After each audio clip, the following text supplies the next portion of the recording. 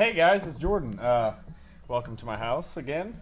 Pleasure to have you guys. And Luke is late again. And he's even got a show. Everything's been going on with the Cardinals locker room and stuff with a couple guys here. We got some stuff to talk about, fellas. What's up, everybody? It's your boy D back at it, and we finally reached the World Cup final. We got France, who, I'm going to just say this, one of my predictions might actually happen for once because I've been picking France since day one to win. He's not wrong. But they're going against the underdog nobody saw, Croatia. I'm invested, man. I don't know. I went, so I'm right, but who doesn't love an underdog? Hey, guys, it's Pat, and thank you to Jordan Asade Melenda for hosting us, as always. And Pat Maroon is a blue, and Bud Norris is a dick. And we are the Sandlot Crew. Cue the music.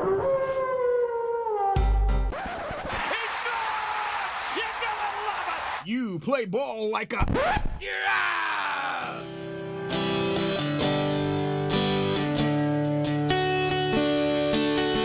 Take a picture trick, I'm on a boat, bitch. Drinking Santana sham, cause it's so crisp. I got my swim trunks and my flippy floppies. I'm flipping burgers, you can't go straight, flipping copies.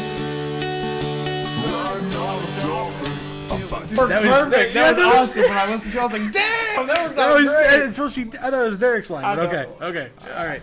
Somebody's all gotta right. do it. It's all right. We'll have to take turns each week or something. Okay, all right. Opening gate. We said we could talk about today with the breaking. Basically, Bud Norris is a bully.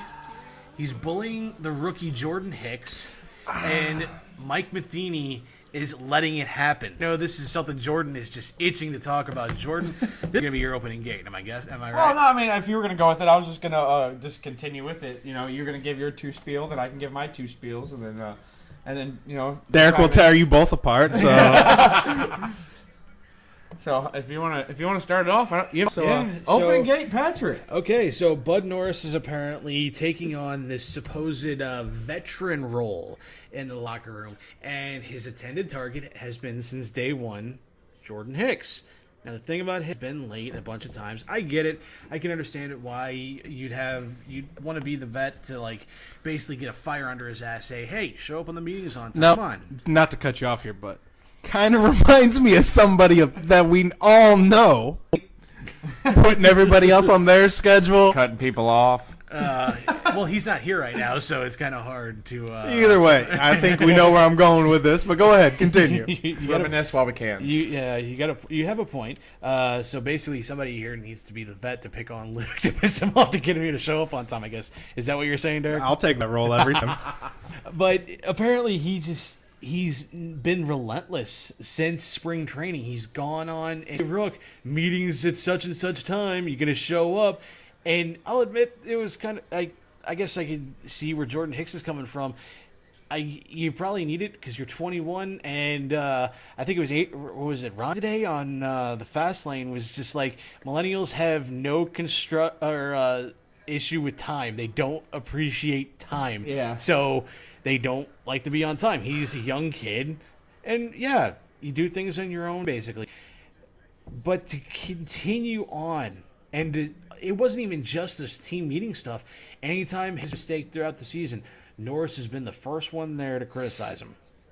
Come on, that's just a little. And here's the thing, they've said it before: old school baseball's dead. This whole hazing shit is kind of done over with. Like they do it in football, I get it. They tape guys to goalposts. They make the rookies pay for dinner. They make the rookies buy cases of beer during training camp. In baseball, though, I don't. They're still walking around with horns full of flour and all that stuff, man. I'll admit, like the stuff in the dugout's kind of funny. You see guys get the freaking bubble gums stuck to the top of the baseball caps. Yeah, that's funny, but to just continually remind a guy, oh yeah, you threw a 2-2 fastball up and in, and the guy crushed it 450 feet. That was a real great move, Rook. It's kind of stupid. It's kind of bullshit. And who is Bud Norris to be criticizing anybody? The guy That's probably the only part of what you said that I agree with so far. The guy is a virtual nobody. The only thing he could say that he did good was the fact that he owned the Cardinals up until joining the Cardinals. Yeah. The guy was a Cardinal killer when he was at the Astros, and I don't remember after he left Houston. I didn't hear a damn thing from him when he was in Baltimore, when he was in Atlanta. Who else did he go with? The Angels? And he even did this shit last year with the Angels. I mean, Jordan. What's what do you your think, take, man? Bud? Well, all right. So, from what I got out of it today, Norris seeing the Cardinals pitching staff, okay? Reporting things to Mike Matheny and Snitching. about these. They say he's like, snitching. I got a whole nother bit about snitching for grinding All my right. gears. We'll get to that later. Snitches get stitches, right? If they're showing up late or if they're not doing something they're supposed to be doing, but what is going on, the perspective of Matheny is my perspective of Matheny is starting to change a little bit. How he's acting and the things I'm hearing, like fining these players. I don't know if he is, but he's sending out these things where he can fine the players for being late or missing practice or not doing this for a certain amount of time or not running or doing this with their team. That it's really hit me weird right there. I don't understand. What do you feel about that? Do you feel that's a good thing or a bad thing? I mean, it just depends. I mean, I like to see that somebody is in there pushing somebody because Hicks is going to be big in our pitching staff in the future. I think he's going to be our franchise closer, I guess you could say. I mean, he has the stuff. He was. You don't think they're going to convert him to the starter like they've been planning on doing? I don't think so. But how do you feel about Matheny's issuing fines and all that stuff? That's really weird to me. You're supposed to be there for your players. I can understand if you are still living back in your time when you were on the team, but I don't see why. I don't know why he's finding his players like this. Let me ask you this: It's weird. if you don't show up to work, do you get paid? Practice is a part of your job. Yeah. If you show up 2 hours late, are you still going to get to clock in at 7 even though you didn't show up till 9? No. Exactly. I don't think there's anything wrong with it. They have a contract that says you're supposed to do this, this, and this. If you don't hold up your end of that and you're not there for practices or you're constantly late, you're missing the meetings, because there's so much more to sports than what's just on the field. There's conditioning, there's nutrition, there's taking care of your body, there's public relations, managing your social media properly. There's so many things that go into being an athlete today as opposed to 20 years ago that you kind of have to have your foot on these people's necks. Like I said, millennials don't care about time. It's our generation, what it is. So somebody has to do it. Now, as far as Bud Norris goes, I completely agree with the fact that who is Bud Norris to discriminate anyway, and the whole tattletaling thing. Grow up, man. If the coach isn't there to somebody's ass, your job. But as far as calling it hazing and all that, we've all been in locker rooms. There's always an locker room banter. There's an undertone of locker room humor, which we have on this show constantly.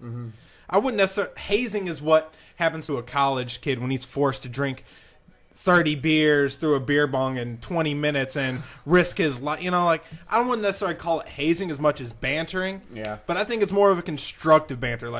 He's not saying something horrible, lying to the kid. Do we know the full story yet? Because none of us know the full story. I'll give you an example. You remember a couple of years ago, Richie Incognito, what he was doing to Jonathan Martin. They all thought, everybody thought it was just, it's just a little friendly banter. Not anything super bad. He's just trying to push this kid. He's trying to push the rookie, trying to make him better. Little did everybody know when the tapes get released of his voicemails, he's dropping he's going to kill this kid. Just doing all this. That's taking it to an extreme. That's an isolated incident. You can't put that one person to a whole group of people. It's not fair. You can't say, because this athlete was a dick in what he did, anybody who's criticizing another player automatically falls into that same category. Well, but the thing is, if Norris is also snitching on his own teammates... I already said I don't agree with that.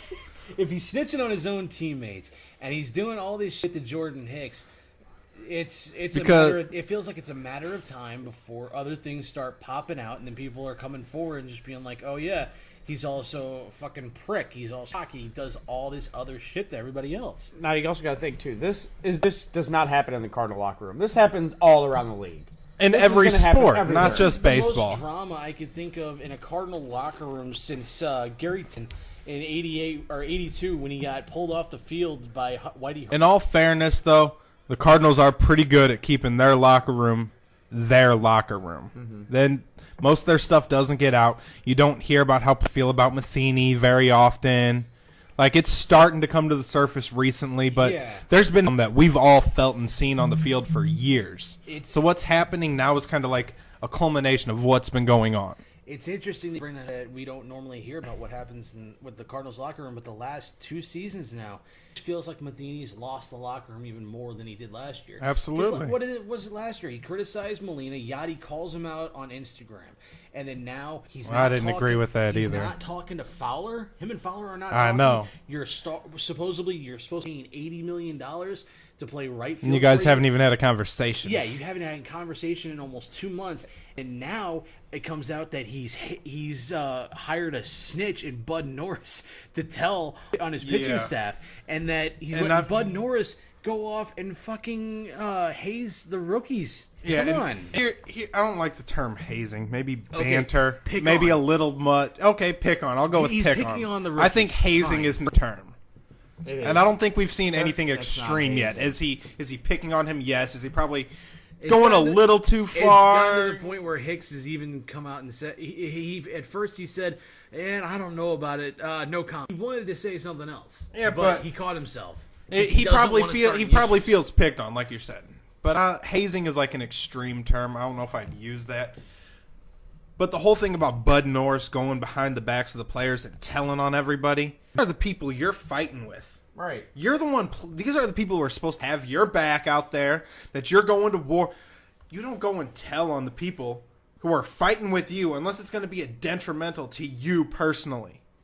I mean, you don't do stuff like that. And who is Bud Norris to be this supposed Veteran? vet? Like I Yeah, said, I this get is a it. guy I that's get it. barely has a losing record as a starter. But- and he wasn't even a non-roster invitee to camp this year. He barely made the roster. See, but what I've heard is he's teaching them more than just, or he's going.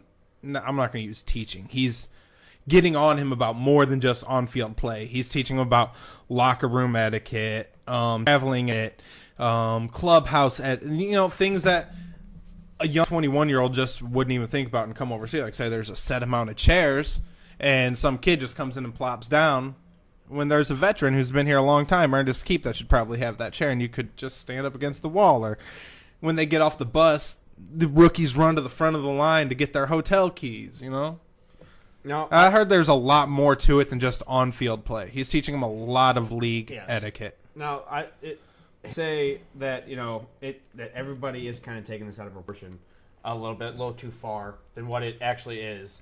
He put that out in a tweet. He was saying that you say one thing and the media blows it up and it turns it into one thing.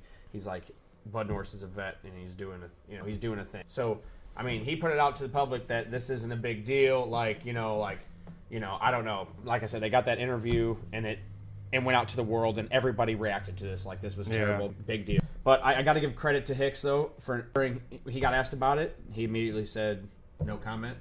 I had to give him credit for that. He's young, he's a young pitcher. He's got a lot to prove. He's got a lot of talent, and I'm excited to have him on the team. But during his initial report, he didn't give any comment. And you got to remember, he's 21 years old, and for Bud Norris to be pushing him, I mean, I do kind of like it, how he's getting on him. He's just teaching him, hey, this is the big leagues, because you got to think, Hicks did AA or AAA. He came straight from single A and came straight to the big leagues. Yeah. Because his big arm, and that's huge, But Jordan's, he said everybody's blowing it out of proportion, and and it's happened in the league. You can't. I mean, we can't just sit here and be like, oh my God, this is only happening to the Cardinals. Everything is like, and with our season, how it's looking right now, there's drama's just gonna keep popping up randomly. Random shit, random stuff. The Fowler situation. Then he comes in and plays. He hits a grand slam. And then he next day comes in and goes 0 for 3. But the Cardinals season at all is nothing but weird. I mean, we score 14 runs a game. We come out the next day, a guy that we never really seen, and we shoot a blank. It doesn't make any sense. You score 14 runs one day, you come out the next day and you can't score one. What? Why? What's I don't get it. This offense is like the most bipolar it's ever been when you really think about it. I don't know. I believe this whole thing is being blown out of proportion just a little bit. Like, if it was a big deal, Hicks, I believe, would have came forward and said, "Yeah, this is terrible. I'm getting treated horribly. You know, I feel like I'm, not being treated well." Don't you? I mean, wouldn't you think not allow this? His talent that he is, we don't want him to leave. Absolutely not. And by having this go out, like right now, how is that attracting free agents right now? What are they thinking? Like, oh well, St. Louis maybe in my window for future, but now that this stuff's going on about the manager, Exactly. I think the manager is more of the issue in St. Louis than hearing this, because like you said, this isn't a Cardinals locker room exclusive thing. They've seen this everywhere. The fact that it's probably coming to light and being mainstream, that's probably what's turning them away. Not the fact that it was going on. Yeah. The fact that it's becoming because this happens everywhere. Right. This isn't something that's exclusive to the Cardinals. So it being brought to the front pages. But you don't hear it as much. Like you hear about it every once in a while. With Yeah, different teams. but Like, it this happens was big. because something leaked and it got brought up. This was That's in Boston a couple of years ago. And Francona, he was the one that was managing, and then he had dudes, the pitchers that weren't starting that day were drinking in the dugout. They were getting drunk in the dugout. Yeah, and then, you can't do that. You can't get drunk on the clock. And then not even that, they were going back in the locker room, sitting there drinking in the middle of the game. wow. Yeah, I mean, that's crazy for sure. That is. Again, That's nuts. you don't hear about that kind of stuff that often, and you never expect it to come out of St. Louis because, like, I know you hate the phrase. You hate this phrase, the Cardinal way. This is not the Cardinal way. I think Matheny's having it's not even just that. I feel like his steering in the car broke down. He has no more steering column. No, he doesn't. I feel like everybody's doing their own thing right now, and he's just kind of poster boy for the disaster that's about to happen. Pretty much, and he's gonna be the first one to go. Absolutely. And He had his chances, let's be honest. He's had his chances to improve too. And Yeah. he hasn't. It feels like he's gotten worse. It feels like you said, he's lost steering. It feels like the players are basically running the team at this point. When you're not exactly. talking to your $80 million right fielder, when you're a catcher who is supposed to be your boy, supposed to be the guy, The face of the face Cardinals. of the franchise, when you took over, he's calling you out on Instagram and he's bitching you out in the media. You know there's a problem. Oh, something's bad. You wouldn't see anything like that happen on a Bill Belichick locker room, I can tell you that. I don't think you wouldn't see that stuff happen in a Yankees locker room. That's Oh, ridiculous. absolutely not. And I want to say, I feel like he's going to last throughout the season. I think he's going to last until Me the season. too. If we miss the playoffs, he's gone. Hey, let me throw up the Cardinal quick. All right. Hey, guys. Finally. Buster Posey is out of the All-Star game, and Molina is filling in for him. Good. Not saying he's not going to play. I believe he's the what is he? He might make it around the 8th or 9th. Or is he third? I think believe. he's he's going to be third. Yeah. So he's second or But third. him and Mike Michaelis. Mike isn't going now either. Yeah, but he's going, but he's not. He's not. gonna They be say he's pitching. not going to pitch because he wants to. Because starts Sunday and up, so that's Yeah. And that's crucial. And hey, but give it to him though. Like he was in Japan. Cardinals picked him up, gave him a chance. They liked what they saw. Look what he's doing, man. Yeah, he's doing He great, got man. picked to go to the All-Star game, and he is also one of our best pitchers right now. He's one of the probably top 3 best pitchers in the NL right now. I would say top 7 to 10 in the MLB, just because of I'd his agree with ERA, that. his walk rate, his strikeout rate, his fly ball rate. Like it's amazing. I was like, ooh, we're not too sure. Like he just came back from Japan. And the fact that we let And now- Darvish go to the Cubs, that was another big issue too. But hey, I'm not complaining because he's been injured and he hasn't been able to pitch for them, which is it's just I don't know. Like It was definitely a good pickup, though. Oh, well, he surprised us all, and we did not expect it out of him. And yeah, All right, Derek, on to you. What do you got? Opening drive. Opening drive. Let's do a little World Cup here, boys. I know nobody listens to anything I say when okay, this game's going to be great, because for some reason you all just fuse to listen and watch a soccer game. But what I said last week, watch Croatia versus Russia. This is going to be exciting. And I tell you, dude, opening points are getting scored. It went to 2-2 in extra time. Russia tied it up in the extra time in like the 113th minute or something like that. It goes into a shootout, penalty goal style. Croatia takes down Russia in a 4-3 penalty shot. So they won the game. They moved on. Nobody thought they were going to make it this far. Now they're going up against the Giants, all right? England, the Three Lions. That's their team, right? So go up against the Three Lions and win in extra time with a damn near as close as you can get to a walk-off goal as possible in soccer. You watch him like talk about this, you can see the passion in. Dude, I'm serious right now. And Like, he's also texting us throughout the week. Did you guys see that? Are you guys watching this right now? yeah, It's just awesome. no, they're It's not awesome, at all. man. They're not at all. But Hey, I watched a little bit of it yesterday. I watched that at the end of that. They do have it on while we're Croatia game, umpiring when we get room or whatever. It is on there. So.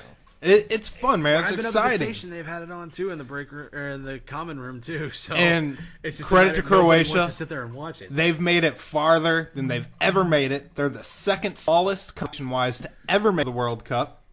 Now they're taking on my team, my number one pick, France, for the World Cup. Obviously, I'm going to be rooting for France.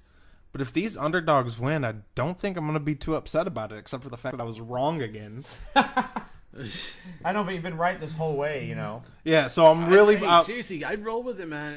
In all honesty, I go to a casino right now and put down a bet on France winning this thing. dude, you know what? If I was you, because you've been right. Like I said, you've been right so far. So whenever I first looked at France at the beginning of the thing, and I was considering, I guess I'm like have some soccer analytical skills, you know, because I'm looking over the teams, looking at seeing what they got going.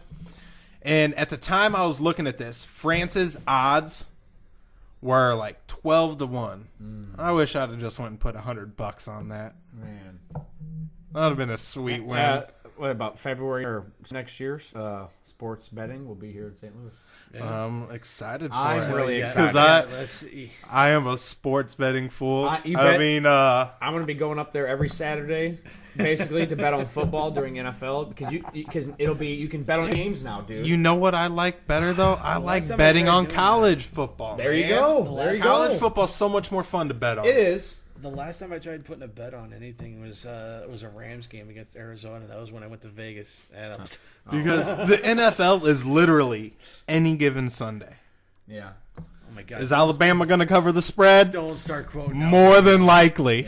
Please don't start quoting Al Pacino in any given. No, I'm not quoting. I'm just saying literally. Anybody could beat anybody in the NFL if they have the right. If they're firing in the right way, it's happened. We've seen it happen a million times.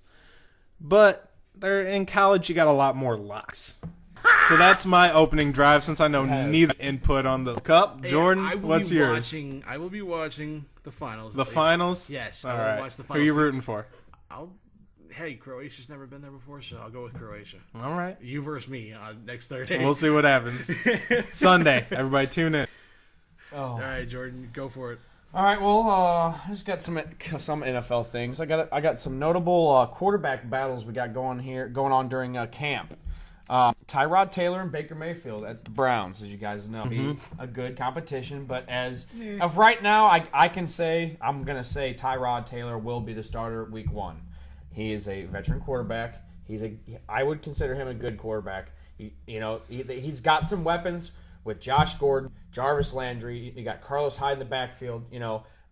This Browns team, man, they're going to win some games this year. But Cleveland's coaching are known for making stupid decisions. Yeah, but they've also And- they have players like they No, do I right agree. now. Wait, 100%. I'm surprised to hear you say No, that. I think their team's great. I think they go 8-8.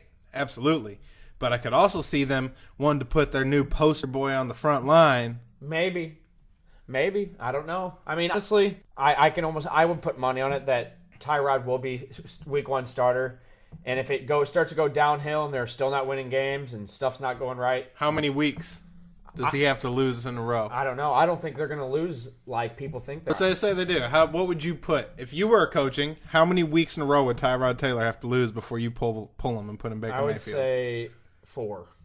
I'm 3. I was gonna say 3, but it also depends on, I guess, who you're playing. It's also how you've been performing, I guess. Yeah, True. that's That's true another as thing. well, too. If he's out there and puts on hell of a couple of good games, but it goes 0-3, I let the dice roll and see how he does. Well, How of he course, plays if he's week 5. performing and the defense stopping shit. I mean, I mean, Drew Brees had that season where he was putting up 35 points a game, but the defense was letting up 38. Yeah. You know, and Baker's young. I mean, you got to give him time. And I believe under Tyrod Taylor, he's going to learn a lot. Tyrod's a mobile quarterback. Baker Mayfield is a very mobile quarterback. Yeah, I think they're absolutely. going to get along perfectly well. I believe they have another quarterback there. I can't remember who it is, but they might have drafted probably last year out of this 38,000 quarterbacks that they've had in the past. But another one in Arizona, Sam Bradford and Josh Rosen. All right, I've heard a lot of good things about Bradford right now, looking good and during training camp and stuff like that. I'm not saying anything, but you got to remember, Josh Rosen's a rookie. He's come from a college offense that's not the same in the NFL. Yeah, Josh Rosen college, yeah, he a lot under center, but the majority of college always goes from shotgun usually. So under center is a big thing for a quarterback to transition from college to NFL. Perhaps in the NFL are under center. Yeah. There is a lot. There is a lot of shotguns, but the majority of them are under center. So that's going to be interesting. Then you got A.J. McCarron and what? I have one thing to add to the whole thing. So they released the video of the general manager from Arizona getting busted for that DUI. yeah, I seen Oh, that. yeah. So now the $20 million that he paid for Sam Bradford makes a lot of sense. We haven't had a Sam Bradford joke in a while. That's funny. He had to have been drunk. And even if Sam Bradford that battle, it'll last till about week week three. when he blows his Rosen- knee out again. About the same time Tyrod Taylor's going to be pulled. Rosen is ready to shine, that's for sure. But guys in blow, since Tyrod Taylor has left, you got A.J. McCarron that has been dying to play. Yeah. He came from Alabama, didn't he? Mm-hmm. He was a damn good quarterback in college, and now he's finally getting his possible time to shine. Him and Josh Allen in Buffalo. That still kills me. Yeah, the story. That's gonna be crazy. The story with Cleveland and McCarron from last year. Did you hear about that? What now? We're at the trade deadline. They were Cleveland gets the deal ready to get A.J. McCarron from Cincinnati. They start celebrating. Like right away, they're like, "Oh my God, we got the quarterback of the future. We finally got him. We got the guy we've been trying to get for the past 2 or 3 seasons out from." They start celebrating, and the deadline passes, and they didn't call it in. Oh my God! So they weren't able to get the deal in. That is crazy. Another one is in the Jets. We got Josh McCown and Sam Darnold. All right, Josh McCown has been this long time. I would consider him a veteran quarterback. The perennial backup, though. Yes, I mean he has lived his life as a backup. Yes, but he has shined when it came into it.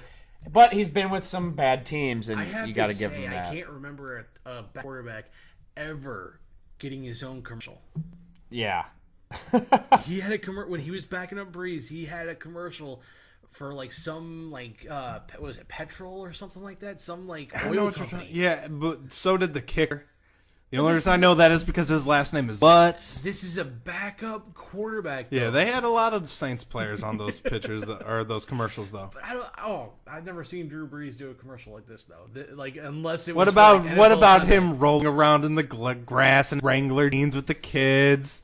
This is a petrol commercial, though. This is like a gas commercial. For God's sakes, this was a national commercial. I get Wrangler jeans. They had Breeze. They had Favre, for Christ's sake. They had pretty much every quarterback you could think of, promoting these jeans.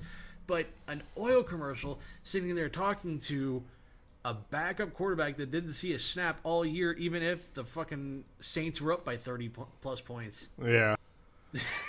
Kind of fun. Our last quarterback duel of the day is going to be in Baltimore.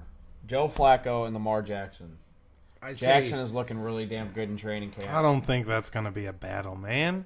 You Flacco think they're has going just been- to... But he's not going nowhere. You have to realize I hate Joe this. Flacco, too. I hate Flacco, too, but you have to realize this. You know you're in trouble, or you know you have competition when you're too chicken shit to even test or congratulate your new backup because you're so scared shitless of him. I mean... He didn't talk to Lamar Jackson Really? for the first almost month and a half after the draft. That's fucking... He got calls from everybody else. Okay, put yourself in Flacco's shoes. You're the starting quarterback of the Baltimore Ravens, and they trade up in the last pick of the first round to get this guy. All right, and this guy was a stud in college. All right, yeah, not play right off the bat, but One of the best mobile quarterbacks if you were the ever. quarterback, Absolutely. how would you feel? Be like, Somebody's coming for my job. you know what I mean? Like, And all right, prepared. I gotta. You had prepared. You put the fear of God in this guy and That's say, why hey, maybe he wasn't sending him any No, messages. you would go up to him and say on getting drafted. Now let me teach you a thing or two. Yeah. Skip. There's a Let couple me things. let me show you how it's really done in the pros. That's what you do. You don't Yeah. sit there. Hey, Yeah. and also like that chicken shit. you make sure you shake his hand with your Super Bowl ring on. Just you turn your wrist over so we can see it. You know. Yeah. They'd be like, hey, welcome to the team. Yeah. Now in about 3 years when I'm done and I decide you can be the quarterback. I got some more NFL that I will make that another set so we can move on to the next guy. All right. So, taking the field. Derek, why don't you start it? Field. I'll tell you who is not taking the field this year. Uh-oh. We're gonna get back into a little bit of NFL. Jerry Richardson, Oh. owner of the Panthers. We've talked about his big fine, and we're like, what's going on? Nobody. He wasn't forced, but he sold the team to David Tepper. He's the new owner of the Carolina Panthers right now.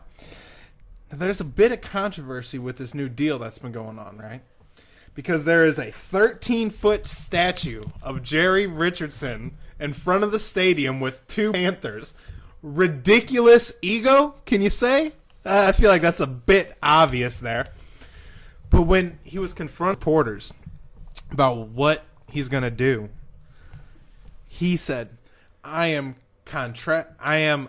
obligated by contract to let that statue remain. It was part of my purchase agreement. Only is this dude's ego so big that he built a statue of himself with two vicious animals in front of the stadium. Like he's aiming them with a football. Like, dude, it's ridiculous. The guy's sitting there holding the football out, and there's these two to attack, and he's just sitting there with a big smile and a business suit. Just Oh my God. It's a ridiculous statue. Look it up. This is. But not only was his ego so big that he built this statue, his ego is so big that he would sell his team if that statue was going to get tore down. This, you know what that kind of almost sounds like? Varsity Blues, the Bud Kilmer statue. They never removed it because it was too damn heavy. And the fact Oh that he's my a God, high that's school hilarious. coach. He's That's a hilarious. high school coach, and he a bronze statue Oh, placed that's on too his funny. field. That's too funny. But yeah, and apparently there's a lot going on right now. People are demanding that the NFL step in on this, but I don't think there's anything they can do about it. I don't put this on the NFL. I mean, obviously the owners can do their own things, you know, but people are like, it's such a disgrace every time somebody walks in that stadium. They have to be reminded of what the atrocities that he has done to women. And but here's the thing, we don't know the details of what happened exactly. Yeah, we know we got I've fined never even heard for of what he did. workplace misconduct, possibly sexual harassment, but people are going nuts at Well, this you know, statue. it's- I mean, I is know. this? Yes. Is it even more ridiculous that the new owner can't do nothing with it? Yes, but how do you hold the NFL accountable for this? Not to start an argument here, and I know I'm outnumbered, but I guess what's his next step? Becoming president? Doo-doo. Nice try. But yeah, seriously, this is like getting like this whole story is just getting blown up even more, and the fact that people are just like I know clamoring. we would have never knew the statue existed had somebody said it, yeah. Yeah. 'Cause who the fuck wants to go to a Panthers game? I mean, Jesus Christ. unless you want to get eaten by mosquitoes the size of your head. Yeah, and you want to see Cam Newton do the Superman thing, and that's it because there's nobody else on that team. That would have been cool when he actually was like kind of super. McCaffrey. Oh, Christian McCaffrey, sure, that's Yeah, all well and good. he's cool. Luke Kuechly. Yeah, but Christian he- McCaffrey. So it's still on the team. Moving on. Jordan. Eventually, that statue, if they really want it down, people will. I heard an interesting thing. Somebody said build a wall around it to go with your president thing. Dude, Just build, just build a wall. You don't got to tear it down. Just build a wall. Somebody put a big old over the damn thing, Or and just nobody put like mess with bushes around it. Right. Let Yeah. it grow. Trees. Like it's disappearing. Over the years, it'll be gone. it. Nobody will ever see it. Oh, again. that's hilarious. Yeah, this is like you said, Derek. This guy's had the worst, one of the worst egos to come up with this because you think about every manager, every general manager, every owner in the NFL, who's got an ego bigger than that? Jerry Yeah. Jones, Possibly, but he doesn't build statues of himself. He just makes these gaudy, fucking god-awful looking stadiums like Dallas.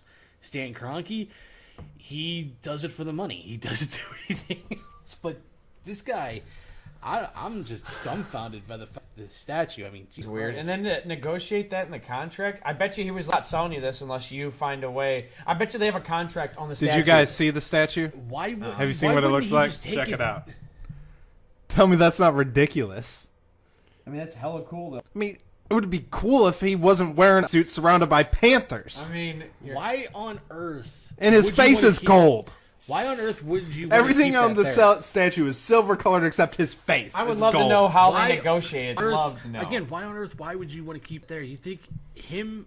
What like Jerry Richardson would want to take that with him if he's getting out? Put it Take in that his sh- living room that's- so he can yeah. wake up, drink his coffee, and be like, "Yep, Put it in his I was center the in owner your of the back backyard. in my glory days." When I wasn't abusing women, I was the owner of the Panthers. Or when I was abusing women, I was the owner of the Panthers. Damn. All right, taking the field. Speculation is all I gotta say about that. Yeah, We don't know. Allegedly, details. allegedly. All right, fine. Allegedly, taking the field, George. All You, right. sir. Well, let's see here. I guess we can still stay in the NFL for this subject. Might be a little touchy one, and it does seem kind of weird. And we could have a repeat of the Reuben Foster deal. Well, I thought you were going to talk about Jeff Fisher, but okay. No, I was gonna bring that up later. That's just funny.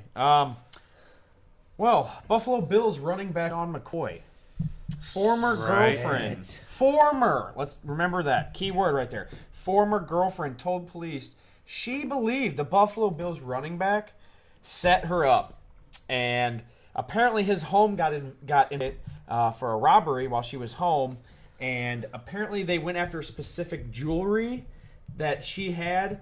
And it was jewelry that McCoy has told her to make sure she doesn't wear that or doesn't keep it out where a lot of people can see it, because if they look at it, they're going to know it's really, really expensive. And the person who came to the house to rob the house was looking and asking for that specific jewelry. Well, let's be honest here. I'm sure this girl's flaunting it all over Instagram, and just like Kim Kardashian got caught. Let's be honest here. Okay, well, speaking of that, they did go to Instagram. And they found her wearing it? No. They posted a picture of her beaten. Yeah, sure. I'm talking about prior to this. Like, well, no, people could have found this jewelry through her social media accounts. Jewelry thing didn't come out until after. Yeah, I know that. So what they're doing Her is friend did the pitch first. Yeah, it's her friend or something. They're accusing LaShawn McCoy of assault, set up for robbery, and that he uses PEDs. And he beat his dog into kidney failure. Yeah, and he abuses his son. And his son. So they're basically saying that that you have Adrian Peterson, Michael Vick, and Ray Rice all in one player. So they're coming out they're throwing everything at this dude. That sounds like an assault to me. It sounds That's to what me. I'm saying, like an assault on him. They're trying to get him kicked out because they're breaking up, and she can't take it, and she knows he is a star. I mean, it's all speculation. I don't know the details or anything, but we don't. I feel like there's a little more under the carpet that we don't know about. Honestly, like I always say, in America especially, you are innocent until proven guilty. So I am not judging McCoy right now. Whenever the investigation is complete, that is when you can throw your judgment on him, because Exactly. the Reuben Foster deal, that lady came out and said that never happened. I made it.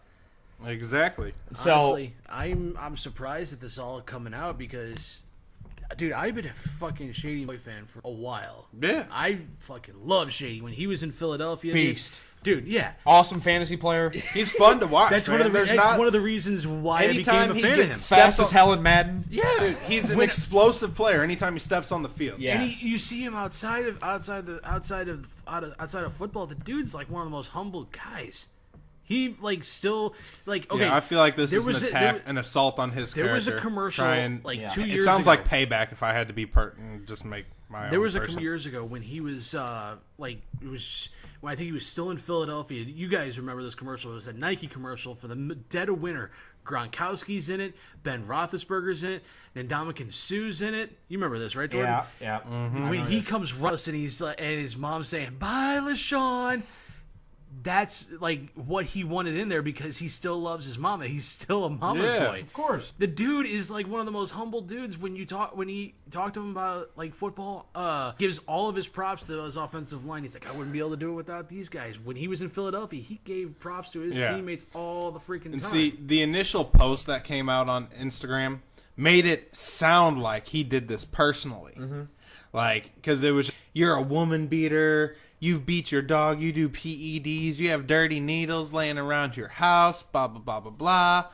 And then that post got retracted. Yeah. It got deleted. Yep.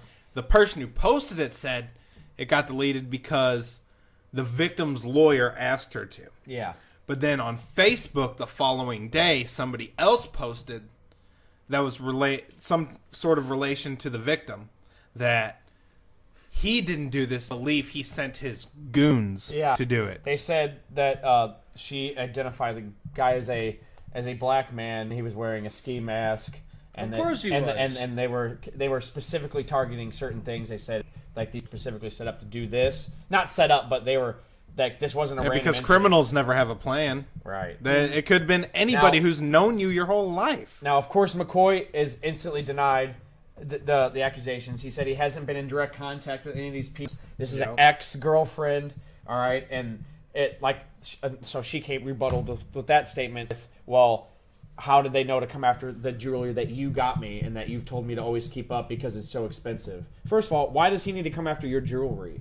He's still playing in the NFL. He's still under contract. He's still making millions of dollars. Second of all, I guarantee you, if you go through this girl's Instagram account, well, it's probably been cleaned up and washed now. But there's pictures of her showing this stuff off, wearing it out in public. Yeah. Oh, yeah. And McCoy's been in Miami for training. The NFL season is right around the corner. I mean, we got like 50 days left. And well, she's right. It sounds like a setup, It but does. I think That's it's a setup for McCoy, not on her and her jewelry. And watch, this is it.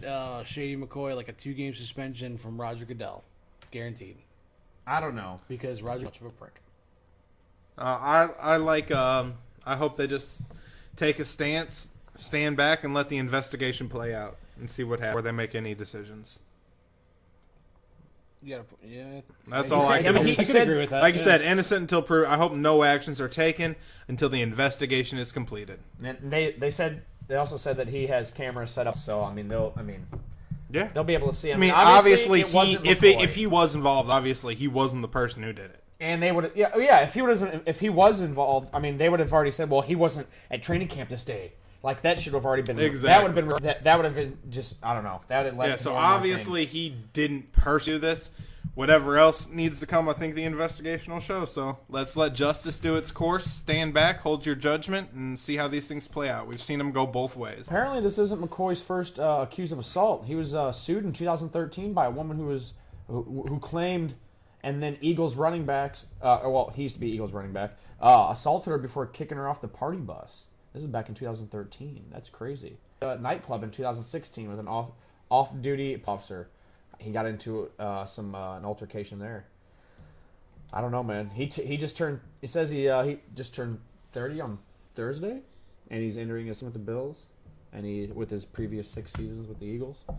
I don't know, man. I'm a fan of McCoy, and like I said, you're innocent until proven guilty in this country. That's what we all stand by. And I'm not going to be the judge until the investigation is complete. So for my take in the field, LaShawn McCoy could possibly be getting set up to not take the field, but I think it didn't have anything to do with this for real, which I don't see him or why he would. Then I think he has nothing to worry about. But until then, we will see. Let's hope. All right. Taking the field for me. Welcome home, Pat Maroon. Ooh, I knew this was coming. Yeah. Let's talk some Blues. Who in St. Louis is not excited about this? Hometown hero. Who in St. Louis is not excited about the upcoming Blues season in general? I know. I actually moved some people around. We got really moved. We got a burglar. I actually got into an argument with somebody on Facebook trying to bash the O'Reilly trade. Really? Say we gave up too much. Tage Thompson was a great prospect, and we gave up a couple drags, and it was just too much. I will admit, I will give up a prospect for a proven all-star every single time. And we need it that position, what he does. Yes. We need it what he does. Wins faceoffs, is good in the power play. We need it. A goal scorer. Yes. here's the thing. I will admit I was not a fan of giving up 2 draft picks. The first round pick, sure. 2021 second round draft pick. It's a bit of a stretch, but we got 2 years to deal with that. I was, like I said last week, I'll say it again, I was beyond over the moon. And we got ecstatic O'Reilly that for we got. 5 years. It's not like we picked him up for a season or 2. He's not a rental player. We got him for a while. Yeah. Now the addition of Pat Maroon, his game, Oakville native. his game almost resembles that of Keith Kachuk. When you really think about it, he's that front of the net presence we have not had since Big Walt. And he likes to sit there. He take a puck to anywhere on the body. Yeah, and he's he'll- tough and as he- nails, He'll man. continue to skate. I got a couple of friends that are actually really good friends with him. So I've heard nothing about good things yeah, about the guy. he's one of the most humble dudes. He's come here, and the thing is, he took a pay cut to be able to play in St. Louis. He was getting offered $3 million to $4 million from New York and Phoenix, and he only took a $1.7 million contract to come to St. Louis because he wanted To be here. play because of the additions of Bozak, the addition of O'Reilly. Still not thrilled about the addition of Chad Johnson, but I think with the bringing up of Kyrou and Robert, We have depth. it's gonna be I think a we're great gonna- season. I'm I excited, don't man. think we're gonna. I don't want to say we're still- gonna win the cup this year, but I think we're gonna make a playoff push, a big playoff push, as long as everybody stays healthy. I'm excited to see what happens. I'll And- keep it at that. And Shen and Tarasenko can get along. I will be freaking ecstatic to see where we are come next spring. You put O'Reilly with both of them guys, man, on that first line. Oh, my God. I love what Jeremy Rutherford put out. I'm gonna just tweet. This is from Jeremy Rutherford's mouth. Rutherford's mouth. Sorry, having trouble talking. Hold on, let me see if I can find it. But I This am is from excited, JR. man. This is from JR himself. This could be the lineup. The top 12 forward I lines. saw this post you posted. Maroon, Yep. O'Reilly, Tarasenko in the My top line. God. Schwartz, Shen, Perron on the second line. Fabry, Bozak, Steen on the third line. And the fourth line at the kid line. Shoshanov, Barbashev, Thomas, or have Yaskin, Thorburn, and Kyrou as alternates. They don't have Brown in the starting. Perron in the second line. Oh, okay. I was going to Perron say. is Perron in line 2 with Shen And and I'm Schwartz. telling you, man, I think we're going to see a different Perron in the Blues uniform. I think if he I sure hope if so. he brings what he brought from a big leadership role, he's back on the team. He wanted to be here as well. Like he said, he loves the energy from the crowd. And man, we give our players noise. We give them what they want. We and have we definitely support stood by them. the Blues through everything. One thing I have noticed about Perron's career, he's never signed with any other team besides go to St. a Louis. Yeah. You realize that he's been traded Yeah, a number yep. of times, but he's never signed anywhere else besides St. Louis. He got That's shipped true. out because of Hitch the first time around, came back, and then we didn't protect him for some reason. Protected fucking Berglund, and then he goes to Vegas, but then signs back again. Granted, it was for a little too much money. I mean, was it a 4-year, $15 million? But honestly, I think if he proves he can go again and actually excited. work with this line, and this is a total youth movement that we got going on here. We're gonna have at least like 3 or 4 dudes that are still in these, for Christ's sake. I'm O'Reilly excited. included. Yeah, I'm excited to see what happens here, man. The Blues made some moves. At first, I was disappointed, but he pulled it off. I said it that night. You did, I too, said it when I last week. said it. That night, I was. You're like, I was- just wait I and was watch. like- I'm not too disappointed. And you were right, man. I was kind of pissed off at first with like just the additions of Perron and Bozak and then Chad Johnson. I'm like, he's got to do it. He's got to pull the trigger on something. He's working on something. And then 8:30 Sunday night. He definitely had all season of the year, man. Boom! Oh, they've said it on NHL.com. They've said it on NHL Network. Doug Armstrong has won this offseason. Oh, Oh absolutely. yeah, it's all over the NHL that everybody's talking about how the Blues took this summer. They made some moves. They got rid of some contracts. They made some cap room, and picked up some big players. yeah, And and there's it's just a possibility he's still not done. Yeah. Because this is Montreal at this point, and people have said this to Jeremy Rutherford on Twitter. Montreal is not wanting to sign back Max Pacioretty. They're wanting to trade Pacioretty, and people are throwing this out there big. and know this fact: Pacioretty and Carey Price from Montreal for Jake Allen, Kyrou, Price is oh fuck, Perron. oh my god. And Steen and Carey Price. So we pick up a true number one goalie. How old is Price? I think he's like 34. It's not horrible. The dude is still one of the best goalies. I'm down for when getting he's rid of healthy. Allen. I'm down for getting rid of Allen and Steen. Yeah. Yeah, I mean, oh man. We did sign Perron for too much money, in my opinion. But it would be really sucky for him to get traded off just as soon as he signed. Right. I don't know, man. That's nuts. All right. Grinding gears. Grinding your gears.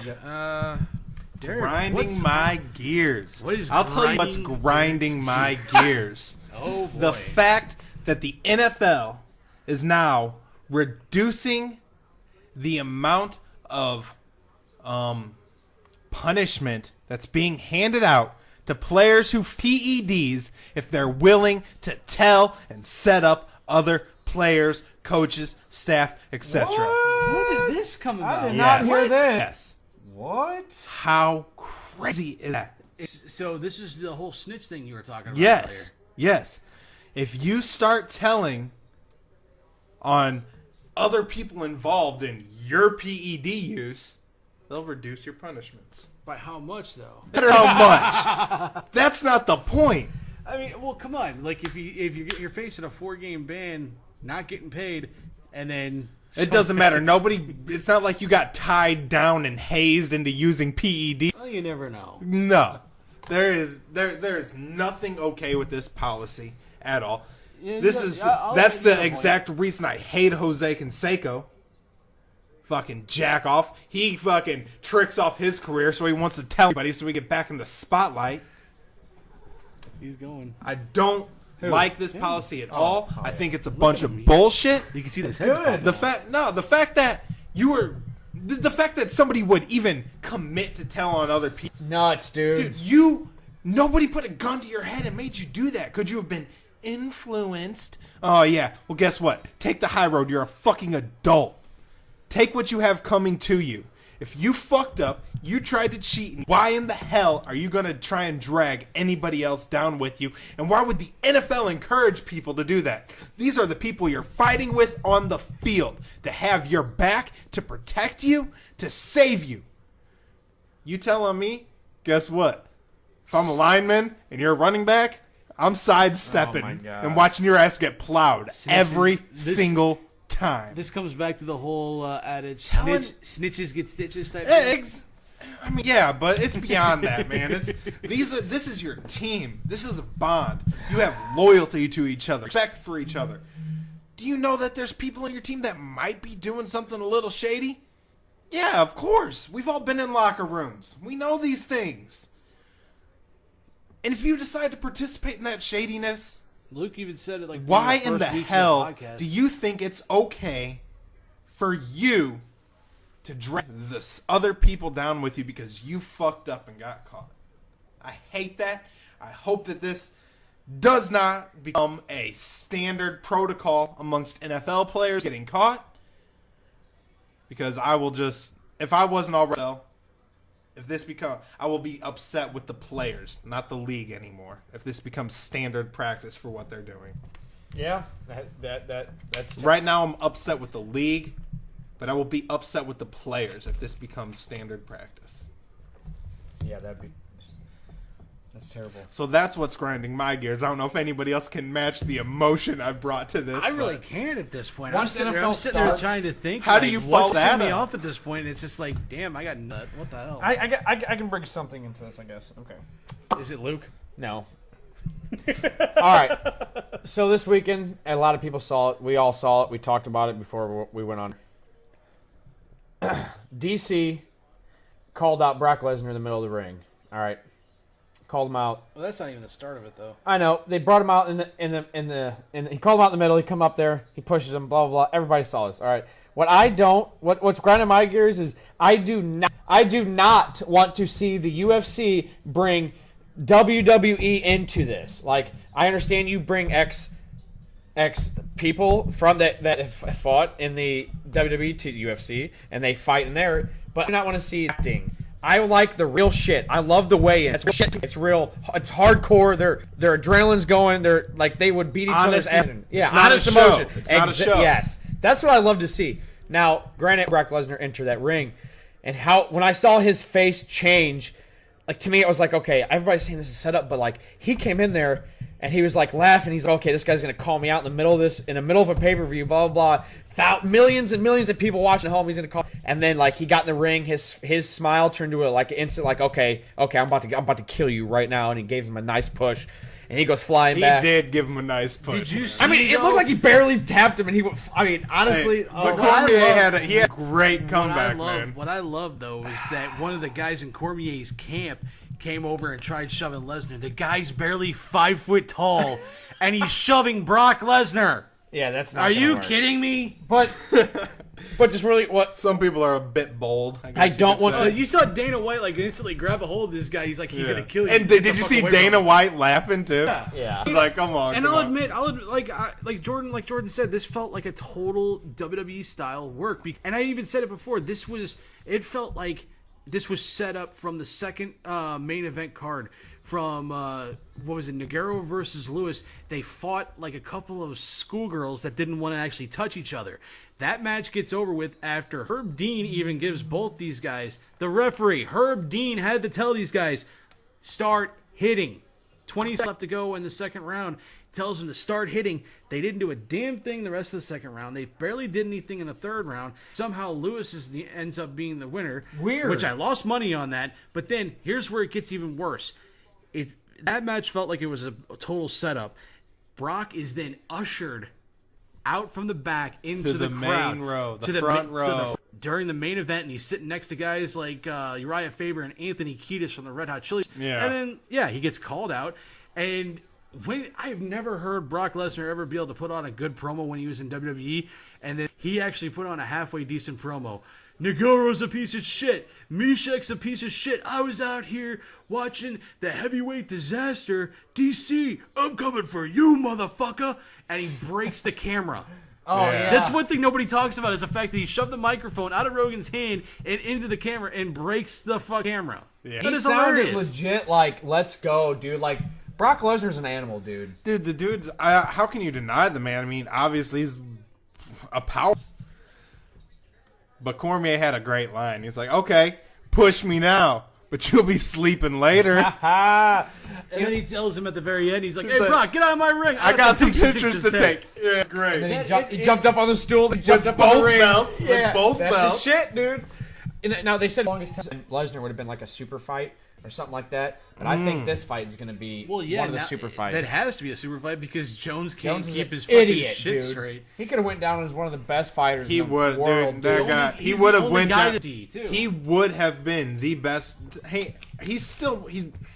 Anderson hate to Silva say it. is still my all-time favorite fighter. Yeah, but Bones Jones could have been that. He could have I been know. Anderson Silva to the next Yeah, level. he He could've. could have moved up and started knocking down heavyweights. And this guy had so much potential. What is it Couldn't about? lay off the weed, man. No. What is it about? He's a cokehead. I know. What just is it saying. about That's coke, our man? line. That's People line, that have a damn lot it. of Okay, money. let's restart that. He just can't Lay off the weed. But what is it about cocaine? For God's sakes, like people, man. that Bones Jones can't stay off the coke for some reason. Gives him a drive, man. I guess. I don't know. That's a question I can't answer, you know. To each his own, I guess. Yeah, He's no. living the life. Yeah. Rock star status. He's- That's about the best answer I can give you. He's an idiot. Let's just say that. Cocaine and hookers. What did Rick James say during Dave Chappelle? Cocaine's Cocaine's a hell of a drug. drug.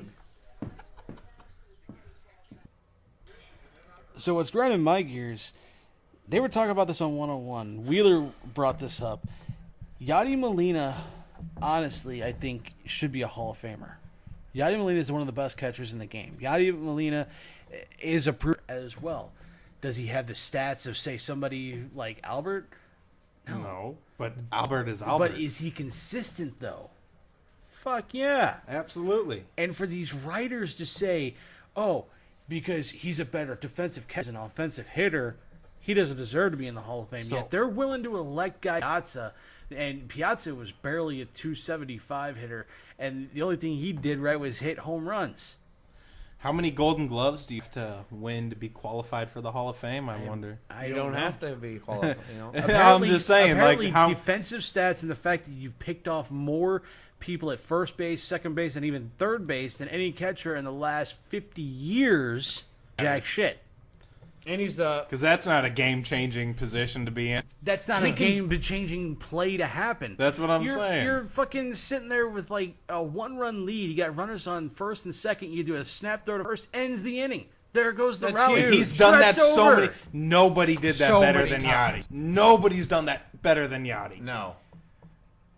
The guy, He just did that the other game, Yeah, last he did, game against Chicago. Yeah. he's a Hall of Famer, man. If he doesn't make it, it'll be a total snub.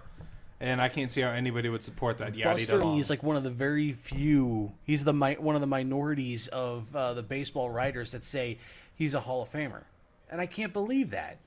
I don't understand how you can say that Yachty's not a Hall of Famer. What? Because he's not flashy. He's like. So we're He's, talking you know, he's baseball. slow. We're talking baseball. Yeah. And he plays his position better than anybody else, and he produces offense. The Like you said, hardest is he a position. flashy offensive player? No, but he's consistent. You can rely on him. He's come through in the clutch plenty of times. What more can you ask out of a baseball player? One He's of the all hardest around. positions to play in. You got to Absolutely. think of. You also got to remember, he can control a pitching staff. Absolutely. Pitchers that he has caught and what they say about him and how he controls the game behind the plate. I mean, he calls the plays. He makes the he calls the shifts. I mean, yeah, that comes from the manager, but I mean, it's yada for. What about everything. his character? Yeah. It's great. Inside and outside of baseball. He does so much. The guy is awesome, man. How can you say he's not a Hall of Fame player? Maybe I don't think this. I mean, obviously we're St. Louis, and he's done something nobody does. He's played for one team Yeah. That's his all- entire career. He's only wanted to play for St. Louis his entire career. When he plans on retiring in like 2 to 3 seasons, he said he's done with baseball. Yeah. He Yeah. doesn't plan on playing anywhere else. He might coach, and in all honesty, he better have a fucking position in the Cardinal organization. He waiting for will him. absolutely. Right. I mean, if they're giving, what's his name? I mean, didn't they give his brother or his cousin or whatever? No, his brother. Yeah, His brother a position on the Benji. team. Benji was Yeah. was a coach for a while. Yeah. Why not? I mean, And Yachty was Put three Yachty- times the player. put Yachty as a freaking pitching coach. He's great, man. I mean, he wasn't Yachty's a pitcher, got- but if Yachty doesn't have a spot in the Hall of Fame, then I I'm mean, sorry. he will be a he- Cardinal Hall of Famer. Here's the That thing. is for sure. Here's the thing: you But- put him as a pitching coach, and he can't be any worse than. I mean, it's almost like Mike Maddox coming a pitching coach after being in his brother's shadow for so long. So why the hell not? Yeah. So it's almost the same. It's almost like the same thing. And which So why goes not? back to the whole Bud Norris and thing. Where is Maddox in this situation? Why isn't he reporting people being late? Why are you putting it up to another player to do that to his teammates? very true. Where's Causing the other division. coaches? You have more coaches. Are Why? you trying to play friend instead of boss? Right. Just like it doesn't. It goes understand. back to Matheny not being coach or manage his own team. Yeah, he's definitely lost any managing aspect of this team for He's sure. digging himself a giant hole right now. He knows it. I think he knows this is his last year. He knows if He can I read. think- Does he not read the writing? Not listen to 101. Does he not pay attention to the I think Post Dispatch? As a player, as a coach, you got to ignore like most of the media unless you're being talked to directly. Still, Right. He hears it, man. He knows what's going on. He can see the wrong. When has it been this bad that the entire city of St. Louis has turned against one individual so much? You can't find one person that is on Matheny's side in the city of St. Louis at this point. There's only one person. There's one person, Mike Matheny, that the whole city turned against, and he's the devil incarnated, Stan Kroenke. You're right. You're right there. But as a grinders. As a Cardinal, I could do a grinds my gears on Stan Kroenke Oh my God, every so could week. I. So could I. As a Cardinal, though, when is the last time you've heard any I agree. An I know what the you're entire saying. city just turn against you such? Because this goes back to 101 today. Thanks, Matheny. The hashtag that they were taught. Everybody's having so issues. funny. Everybody's having issues, and they're all blaming Matheny. That was because actually hilarious. That's the thing to do. It's because Matheny's done so much wrong, so little right. Why not blame him? Like, the funniest one I probably heard was, we just got back from the doctor. My girlfriend said that she has herpes. Thanks, Matheny. Yeah. Another good one is, my wife said that until I got, I'm on the shelf. Thanks, Matheny. Yeah. He's like, and I have a doctor's appointment next weekend. Thanks, Matheny. Yeah. And then the ongoing joke apparently was some guy got robbed by an armless guy and got stabbed by an armless guy. Thanks, Matheny. Yeah. Yeah. Oh my God. I mean, it's that if it's that bad, you think Mo Gersh and the rest of the Cardinals organization should step in at this point in time and say, okay, this isn't working out, and you got the whole city ready to rip your fucking head off. It's time to go. And there was somebody that made an exact good point. I think on a take it or leave it segment. 2019, Joe Girardi takes over as the Cardinals manager. Hey, that'd be cool. I'd be down with that. But Joe Girardi left the Yankees because he wasn't fitting in with that new young talent. He wasn't clicking with them. His skill working. You know what I mean? I can't say they weren't working. I mean, I think they made it one game until they got they got one game away to going to the World Series, I believe. I believe there's a change coming, most of the man. guys that he was playing were gone at that point. I mean, Jesus Christ, Andy Pettitte was gone. Mariano Rivera was gone. Yeah. Jeter retired. There was nobody left from his playing days. That's why he manager, because he was able to coach alongside guys he played with in Jeter, Rivera. I mean, now you just got this whole crop of guys that are just coming in that are barely out of their 20s. And he's sitting in their 40s. Sure, it's got to be a difficult thing to like deal with, and a difficult thing to pretty much try to. All right, coolest thing you've seen on the internet this week, Jordan. What you got? I guess one could be Hugh Jackman was messing with Carlos Martinez during a ball game. I thought that was pretty cool. He got the picture, and then Carlos is doing the. Carlos has like these like the tonsil things that you put on somebody's tongue and tell them to go ah. He has them as like little prongs, as you know, like his little spikes or whatever. Spikes or whatever. I don't know. I'm just as his adamantium claws. Come on, get it right. Yeah. I don't know.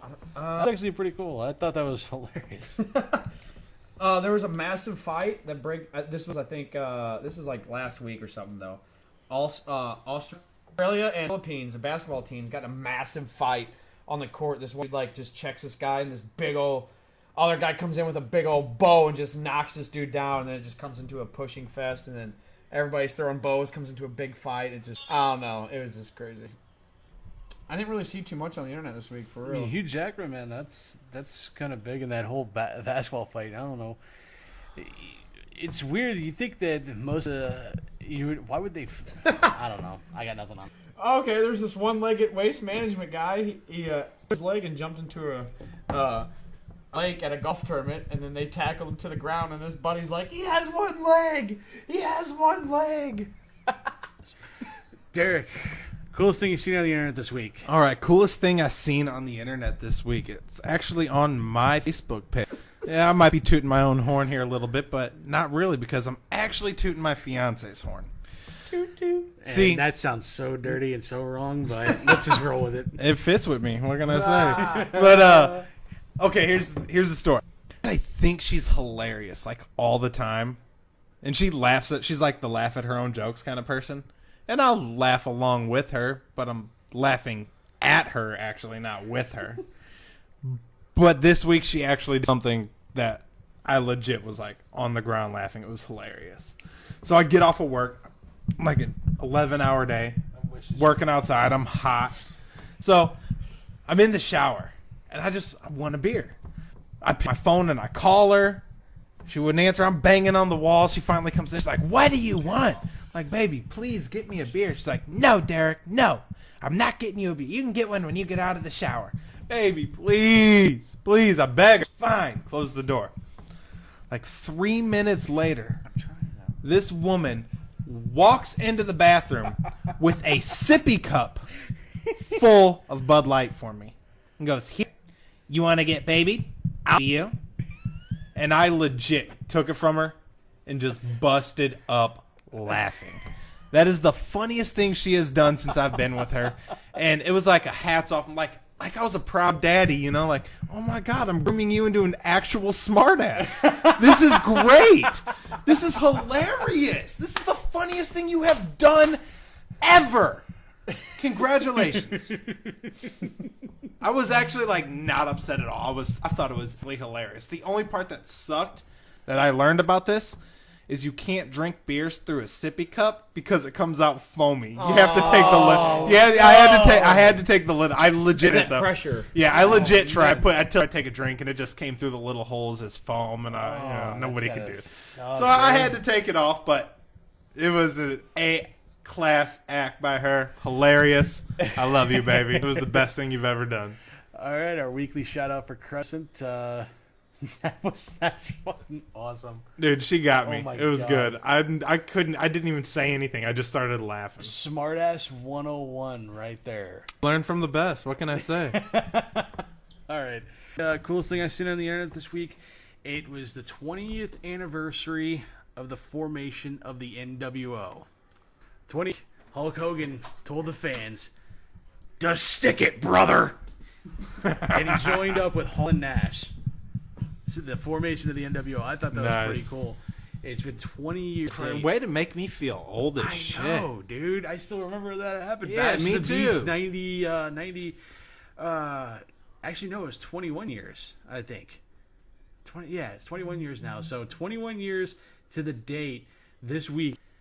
Hogan told the fans to stick it and joined it with Hall and Nash, and he created the NWO Black and White. And that led into like 50 other adaptations of the NWO, but that's for another story. You remember when we were kids, used to get in trouble for doing the "Suck It" by D-Generation X?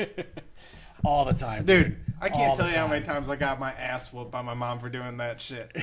I'd be walking around the house and I'd just thrust my crotch out, cross my arm. I used to get it. Suck it. I used to do it in school. I don't even think I knew what "suck it" meant, honestly, when I started doing that. because we were so young. Yeah, I just thought it was cool. We were 11 years old, and it's like nobody I think we understood were it. even younger than that. It was like 97, 98 during the DX era, dude. God, so that was was like some- 9, 8, 9. 10? I remember getting like so many people during that time were getting in trouble at school. Oh yeah, doing it because I was one of them. they for were sure. doing it. It wasn't just doing it to each other, doing it to our parents. They were doing it to teachers. Yeah. I remember to at least like two of my teachers during that time and getting thrown out of the class and sent to the principal's office.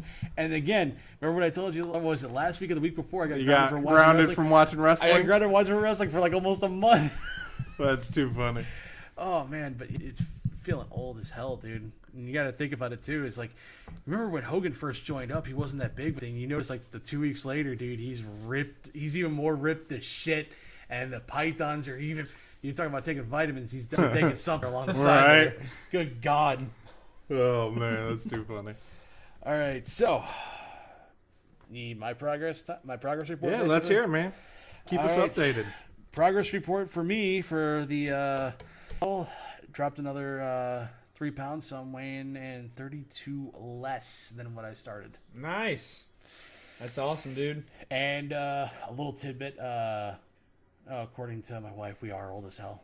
Yeah, Especially I me just because seen I just hit 30 last Right, week. we're so. not at the big 3-0 yet. Dirty 30. Thanks for that, Beth. Appreciate it. Real nice, real nice. Just Jordan, do me a favor, pull the knife out of my back, please. Okay. After that, and Crescent's now watching on the live stream. It's just to go back and watch this from the beginning, Crescent. Holy crap. I love you. From me and Jordan both, we have to give you mad props for what you It was pretty for what you funny. threw out there. That was awesome. Too, Beth. Okay, so progress. Like I said, down 32, and did something I never thought I would do. I actually had a workout partner with me yesterday, and I chased him off. Oh, wow. Nice. I nice. just went.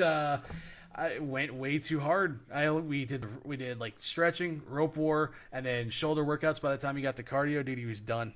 Nice. He was, and this guy's a former Army guy. This is a former Okay, look at military you dude. go. This is a former military dude. Putting the hurting on them. Like 6 minutes for the cardio, and he's just like, dude, I'm just dead. I'm You should worn have put out." him And in I'm a like, figure 4 then. I'm just like, he's gonna watch this later. He's gonna kick my ass. No, it's like 6 minutes worth of cardio. Dude, If I he's can't gonna do it for him more. to I kick can't- your ass, he's gonna have to catch you, and obviously you can outrun him at this point. So I wouldn't be about it. All right, that's my so hopefully next Very week, nice, man. we'll see where we're at next week. All right, Hashtag 199. Let's hashtag- do it. Hashtag progress, man. Keeping up with it.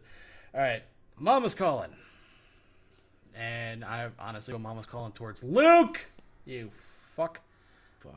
Fuck, I hope Amber shows this to you, you motherfucker. motherfucker.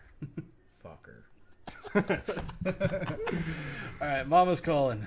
Jordan, start us off. All right, fellas. Well, Mama's calling on the commissioner, I guess, of the AAF, the American, or what is it? How do you say it? What's the AAF? Something American football. All American football. They're players, all the players. So it's not individual contracts as of yet. I guess this is just getting them started. But my mom's calling on this guy. You are giving out 3-year, $250,000 contracts to every player. So you're telling me you're giving these guys $75,000 per year to get concussions and get injured, and do you like? I don't know. I mean, I understand where you're coming from. You're getting all these players. Everybody's getting everybody's getting 3 years, $250,000. $75 over the years, $75,000 over the years, and I don't know. I mean, obviously it makes sense, but Mama's because I don't know. I just don't know. It's crazy to me that this is the contract that you'd be putting out there. But then again, you're just getting started. You don't know what your revenue is going to be. You don't know if you're going to be a success. You don't know what's going to happen. So with the 3 years, I don't know. Maybe Vince will tack on 4 years to their players and give them maybe like $500,000 a year for their 4 years. I don't know. But I'm excited. But yeah, I'm excited for this thing to happen. Apparently, it's going to happen after the NFL, after the Super Bowl. So that means football after football. Hell yeah. Yes, Something sir. new. And then after the following year, you got the XFL starting. So you're telling me you're going to have 3 football leagues going? Man. Somebody, Patrick Tate, one of your guys' friends, I guess, Yep. says he's doing it for $75,000. Damn right. Saying per year. I mean, that's not bad playing football. Who That's knows what it's awesome. going to be? I mean, it's just you're going to have all these old recruits that didn't make it to the NFL. You're going to have all these people that are left the NFL and now they don't have a spot in the NFL, so they're going to go do this. It's crazy, man. We're going to have 3 leagues of football. I love football, but it's going to be system overload at first. We'll when see they all how it. three get here. I'm excited to see how it works, man.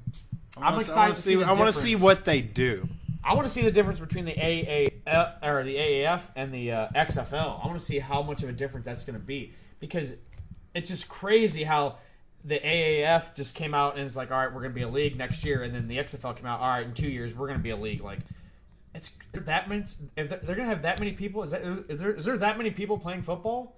Like, I thought this sport was going on a downcrease. Like, there's not that many people playing it because of all they know the more risk of injury now, because with all the technology, all these head injuries and CTEs that are happening after players are leaving or when they're dying, they're finding that in their brain that they had CTE, and they're dying younger than what they should have what their health technically shows what they're supposed to die at, or you're not supposed to die yet, but it doesn't make any sense. But I don't know. So they get 3 years, $250,000 for over 3 years as the opening contracts. What do you guys think of that?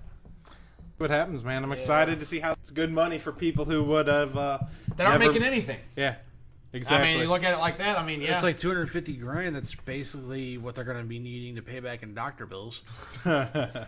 So, and this is also, if you look at this, we're having two leagues like this. I know we've talked about it before, but this could almost be like a minor league for the NFL. Yeah. Kids that don't get drafted, that don't make it, or maybe they just don't have the money to go to college, or they didn't get scouted. And then they come to this, and then they show that young talent that are like, oh my God, you're NFL worthy. I guarantee you, after a season or so, that some of these players are going to start trickling off to the NFL. Well, at least 3 years. So you're saying 3 seasons since they're all getting 3-year contracts. You're basically saying this is almost like the NBA's D League, kind of like, right? Kind of like that. We'll see. We'll I see. think We don't know. I feel like it could be.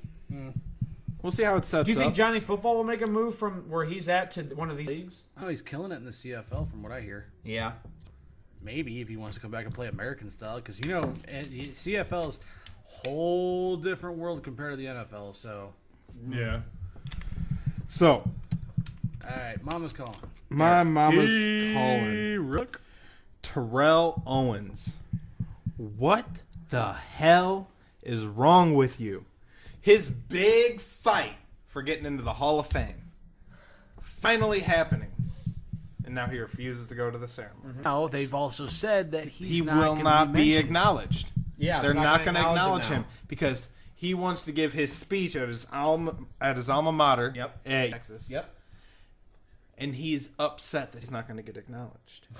What the hell did you think was going to happen? They didn't want to let you in the first place. Right, they're not going to make it special just because you're TO. Like, you're already trying to make it special by saying, oh, I'm not going to show up. You're like the first person, I'm pretty sure he's the first person to be like, I'm show up in Canton. Why the hell not? You're getting inducted into something you're going to live on. You're going to be enshrined forever. He's one of the first people to also really petition for himself to be on the ballot too. Well, he deserved it. He deserved he to was be a great there. player. But the fact that you fought so hard for this and you just don't give a fuck? That pisses What me the off. hell did you fight for then? This is supposed to be against the media too. Like this whole This is, thing this is against the bringing media. T.O. into. It's about more media attention for T.O. Because we're talking about it right now. Like I said before, True. and I'll say it again, would you expect anything less from a guy who bashed his teammates on his driveway while doing workout and letting his agent, Drew Rosen, answer questions to the media? Anything from a guy like that. He had a crazy career, man. They said his gold jacket will be mailed to him. Oh, my God. I mean, Hopefully they mail it in a shredder. That's what he deserves. I mean, like Derek said, what can you expect from that? I mean, they're not this induction ceremony with all the other guys about T.O. I mean, dude, oh, and we he- got to take a break. We're not going only that- to Texas to fucking... He's going to be standing next to a bunch of great people that he played side by side with. We're talking Ray Lewis, Randy Moss, Brian Urlacher. Favorite player. I mean, these are people he played. Well, like, why would you not want to be a part of that Right. group? Randy Moss. I don't know if you said him. Yeah, Randy Yeah. Moss, Ray Lewis, and Brian Urlacher. Like, those are some of No, the wait. greatest to ever play. Moss already got in. No, he's getting he's- here. Oh, okay, good. This is his year getting in. All right. Like, how would you not want to stand next to these people? I just don't get it. I should have done this for my grinding my gears. 'Cause that really does piss me off. Because what do you expect? Like, they're not going to make this about T.O. Like, T.O. thought this was like they're not going to be like, oh well, T.O. isn't here tonight. He's doing his own thing somewhere else. No, man. Like, I'm surprised they haven't taken it even further. What is this, like almost like WWE live via satellite? We're gonna bring in T.O. No, fuck that. That's the Yeah. dumbest thing ever to do. And it's just his whole. It's like I said. It's just T.O. being T.O. And in all honesty, it wore thin with everybody. And I think this is their This final. is it, dude. This, yeah, like, this is their. I'm this so is the final sick. thing. It's Like, just I think you deserve fame, player, but the fact that you're gonna snub the exact thing you fought for, man, The your greatest your achievement. mama's calling you and telling you you're an idiot. That's one of the greatest achievements. Is going to a legit Hall of Fame where you're going to be recognized way long from when you're gone. Like, And you don't want to be a part you're of going the to be ceremony. there forever. You're going to have a bronze statue of your head. You know, your name's going to always be in that as long as the NFL is around. If they can actually find bronze statue big enough to make it fucking big as is. Good point. But it's unreal, man. Like, I'm actually glad the NFL took a stand and did something about this, because they're not making it about him, which is good. This is about all the players that got inducted. Yeah, and for the players who are going to be here. Yeah, they're going to be there The only together. reason an NFL player should not be at his induction ceremony is if he's passed away. Yeah, right. Yeah. And this is, and like we said, basically, this is the NFL just like saying, we're not going to play with your kiddie bullshit. I'm glad. Fuck I'm you, honestly you're not glad. getting mentioned. Your bronze head They statue said is gonna his be name there. will be read That's it. with everybody else's, and his picture will be in materials, but they are not going to do a specific individual ceremony. Whenever they announce the class, his And name they will be really read. Don't Right. need to. But he's not going to be presented his gold jacket. He's not going to get to do his speech on TV. Yeah, I agree. I'm glad the NFL snubbed him. They Well, really I think don't need his speech and everything will be broadcast. I think he is still doing all that. Well, like a Facebook Live. Yeah, he's doing I don't- one at Tennessee, but who's going to play it? Texas. You got to think But- there will be Huh? there'll be Supposed to be in cameras. Texas. The University of Tennessee, in Chattanooga. I thought they said something about Texas earlier. Never No, mind. he's doing it in Tennessee at his alma mater. Oh boy. Yeah, that's so dumb. But I'm happy that they did something about this. Like, you know what? Since you're doing that, we're gonna do this. Exactly.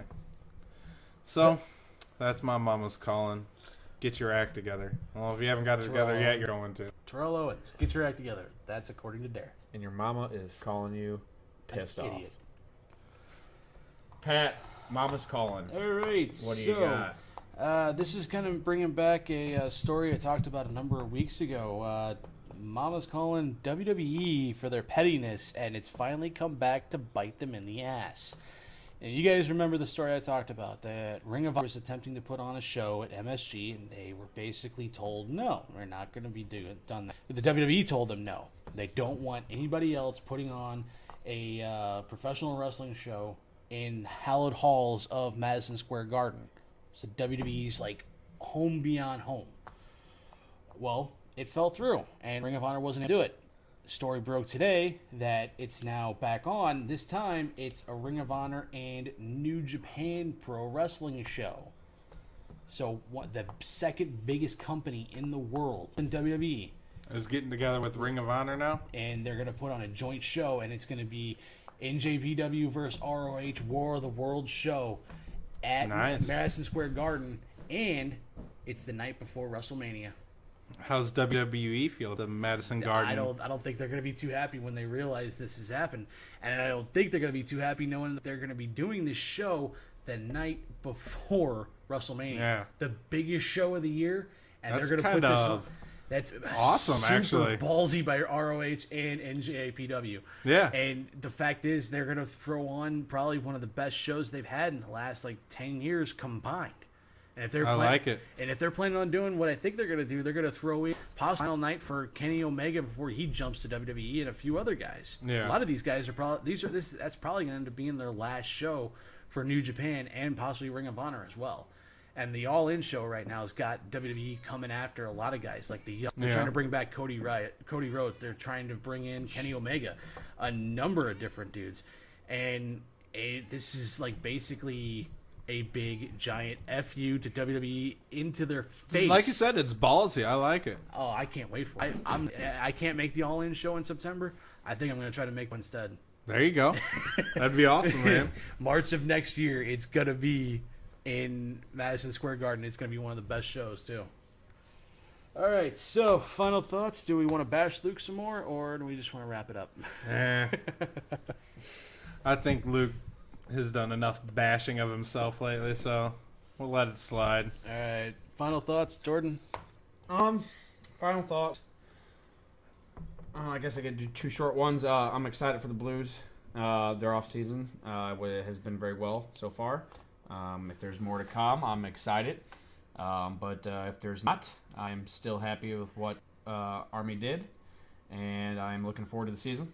And Cardinals need to get it together. Matheny needs to figure the hell out what the hell he is doing with his team and how he's acting, and he needs to treat these players how they need to be treated, not like how back at how they got treated and how they did it. It's different world, different players.